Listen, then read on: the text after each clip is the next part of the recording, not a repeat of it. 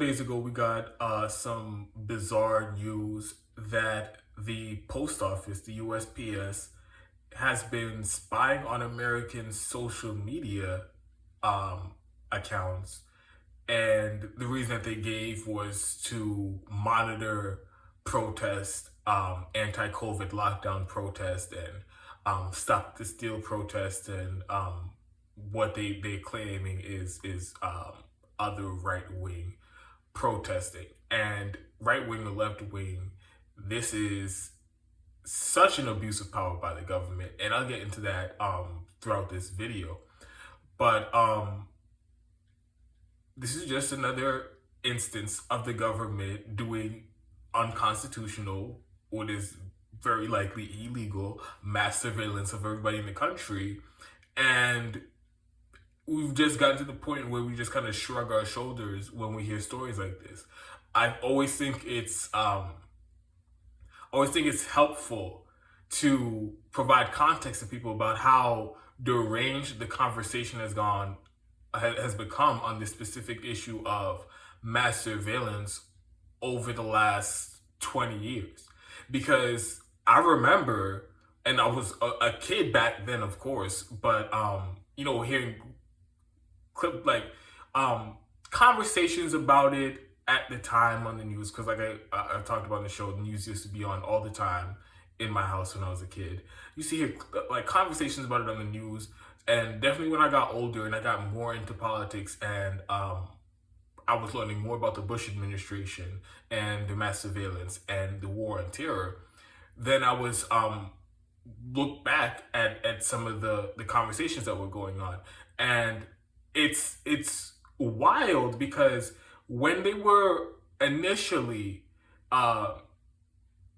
when they were in the initial stages of the mass surveillance program after 9/11, there were of course very lively debates about the government overreaching and their ability to do surveillance on Americans without a warrant.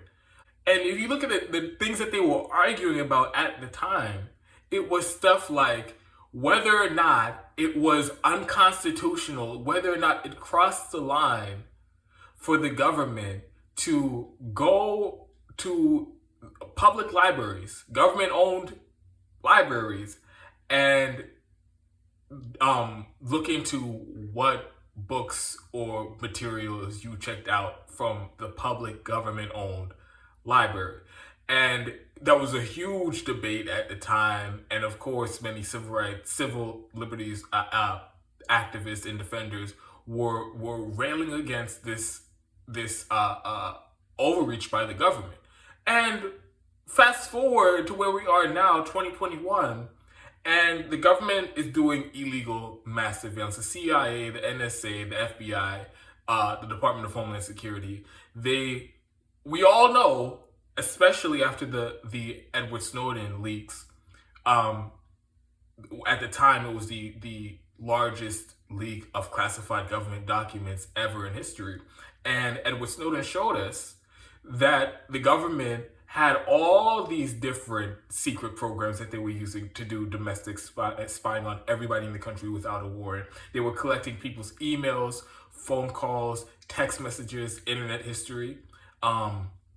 They were collecting all this data on people, and again, of course, without a warrant. Normally, the way that things like that work, an investigation of somebody works in this country, the government is bound by the Constitution, the Fourth Amendment of the Constitution, to get a warrant if they're going to invade somebody's privacy. And they need to provide cause and enough evidence to a judge, an independent judge, to have them grant them, the police or whoever's doing the investigation, a warrant to collect that, to invade that person's privacy and collect whatever information that they're looking for. And it's a specific, narrow set of information that they even allowed to get that's specified in the warrant. That's the way that it's supposed to work. But ever since 9/11, ever since the Patriot Act and the mass expansion of executive power in this country, Like I said, they collect all those things on people without a warrant.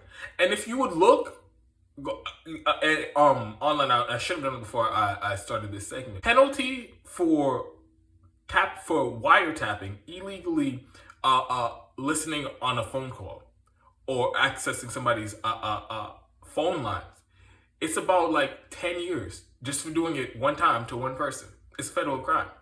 And the government does that like times 10 every single day to everybody in the country. So it is, this mass surveillance is such a unbelievably illegal program to begin with. And then, like I said, it's important to have that conversation, that context in the conversation about the extent of how far it's gone to where we have stories like this now, where it's the post office. The post office this isn't even anywhere, you can't even claim this is in their purview to be monitoring everybody's social media accounts for what? Monitoring protests? And it's so funny to me looking at how mainstream media has covered this story and the few articles that they've done about it. Because it's like they take the government at their word. The government says they're doing this for national security, and the media, who is supposed to be adversarial to the government, the media who's supposed to be questioning everything the government does and be a watchdog for the public, and overseeing and questioning and being adversarial to all the actions of government. When the government just tells them, oh, the post office is just, casually spying on everybody's social media accounts, and they say they're doing it for national security. Almost no pushback from the media. Where no hair on fire headlines, none of that stuff. And so this gets into one of the many reasons why this is just a huge problem.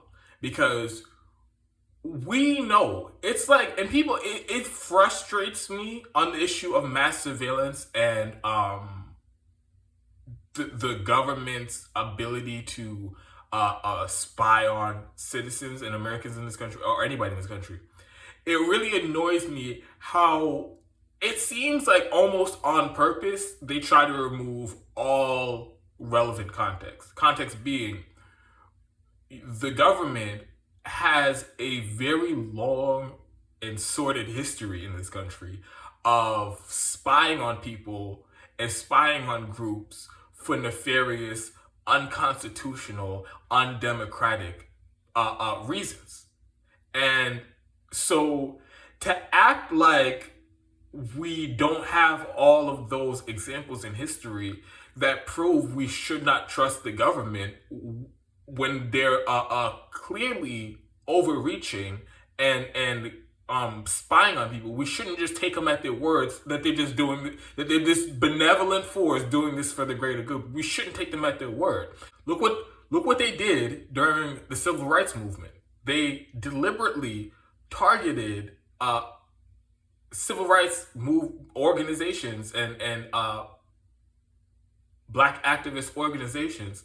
They targeted them with the explicit and their leaders with the explicit goal of undermining their movement. It was nothing about law enforcement. It wasn't anything about public safety. Their main goal was to go after them to disrupt the political movement. They did that with Martin Luther King Jr.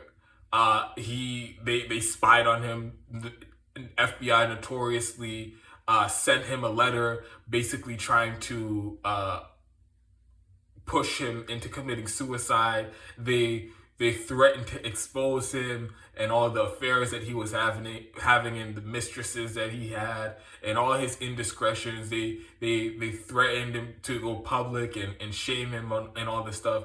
And they tried to make him commit suicide because he was leading a movement at the time that was a threat to the white supremacist political establishment. And so in order to protect the status quo, in order to protect the elites and the political establishment, they went after him and they used government resources to spy on him, tapped his phones, and followed him around and all that stuff. For that reason, I already listed. They say, and of course, it's many people believe, it is myself included, that the government played a role in Martin Luther King Jr.'s assassination. So that's an example of how they use government resources and abuse their power to go after citizens. And they did the same with Malcolm X. And they did the same with Fred Hampton, who they ultimately, the FBI and the Chicago police coordinated and assassinated Fred Hampton, who was at the time the leader of the Black Panthers organization. They assassinated him after spying on him, after blackmailing him, after threatening him, and using the FBI using all of their resources to go after him. After doing all of that, they ultimately assassinated that man in his bed. That's what our government does. Those are the lengths that they're willing to go to undermine movements in this country. And don't take my word for it. There was a clip that some people in my audience are probably very familiar with. It was popular at the time, maybe a year ago, 2 years ago. I don't remember exactly when. But a deputy assistant director for the FBI. So this isn't just some random FBI agent. This was somebody who was in leadership at the FBI.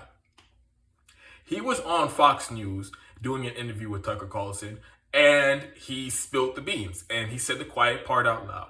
And he admits that one of the main goals of the FBI was to undermine populist movements. So I'll play the clip. It's not that long, and then I come back and continue. And I think this is just more of the same, and I think we can expect more of this because, quite honestly, the electorate in some places is putting more and more progressives and self-described socialists in positions. And ironically, years ago when I first got into the FBI, one of the missions of the FBI in its counterintelligence efforts was to try and keep these people out of government. Why? Because we would end up with massive dysfunction and massive disinformation and massive misinformation. And it seems to me that's where we're at today. So you heard it right there from somebody who was in leadership at the FBI, saying that one of their goals was to undermine populist movements, because if these crazy socialists, if they gain power, they'll just wreak havoc on the country. So that is an incredibly important thing, the piece of context that cannot be forgotten. In any conversation about government spying, in any conversation about the way that the government reacts to protest, it cannot be forgotten that one of the most powerful institutions, one of the most powerful law enforcement organizations in this country, their own leadership would admit that it was an express goal to undermine populist movements in this country.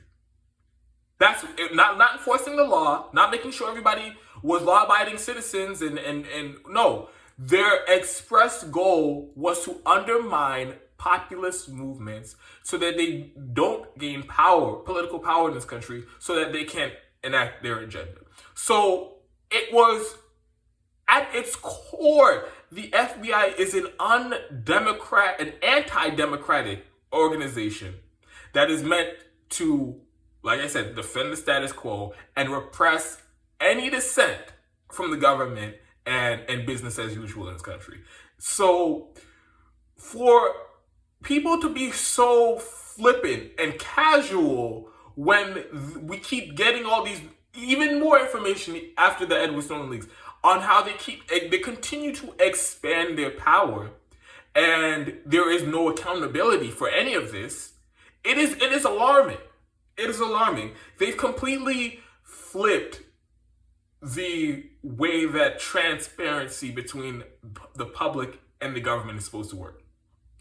Everything that they do is opaque. It is in the dark. It is a secret. And we're never, ever allowed to know exactly what's going on with the intelligence apparatus. And we're never allowed to know what's going on really behind closed doors with the government in general. And that is not how a democracy is supposed to work. They are literally public servants. They serve the public.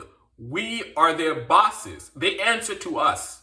So that's why government, government, most things, well, I wouldn't say most things. The default is supposed to be everything the government does is supposed to be public record. That's why what Congress does is all the legislation, all of the committee hearings, they are made available to the public because we're supposed to be overseeing them. But they flipped it, and now we don't know what the government's doing, but they know everything that the people are supposed to be doing. And it's not supposed to be that way. For all the reasons I listed before and many, many other, the government is not supposed to be able to know everything and anything about you at any given moment. Because, like I listed earlier, the examples I gave earlier, they will abuse that to undermine anything that threatens their power, the power of the elites in this country. And so when you have a situation where the government is building these databases and has all this information of people on people, there's nothing that they can't find out about you.